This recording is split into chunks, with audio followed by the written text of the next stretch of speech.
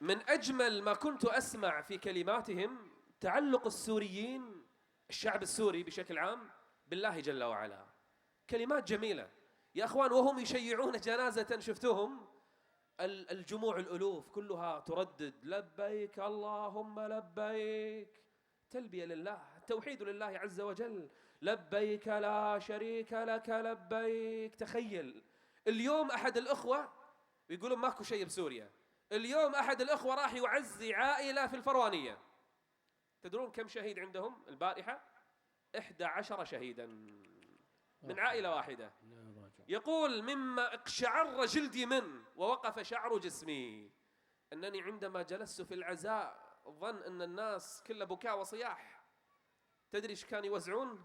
يوزعون حلويات. تعرفون ليش؟ يستبشرون بأن كل ميت عندهم يستبشرون بأنه شهيد عند الله جل وعلا. أكبر. ولا تحسبن الذين قتلوا في سبيل الله أمواتا بل أحياء عند ربهم يرزقون.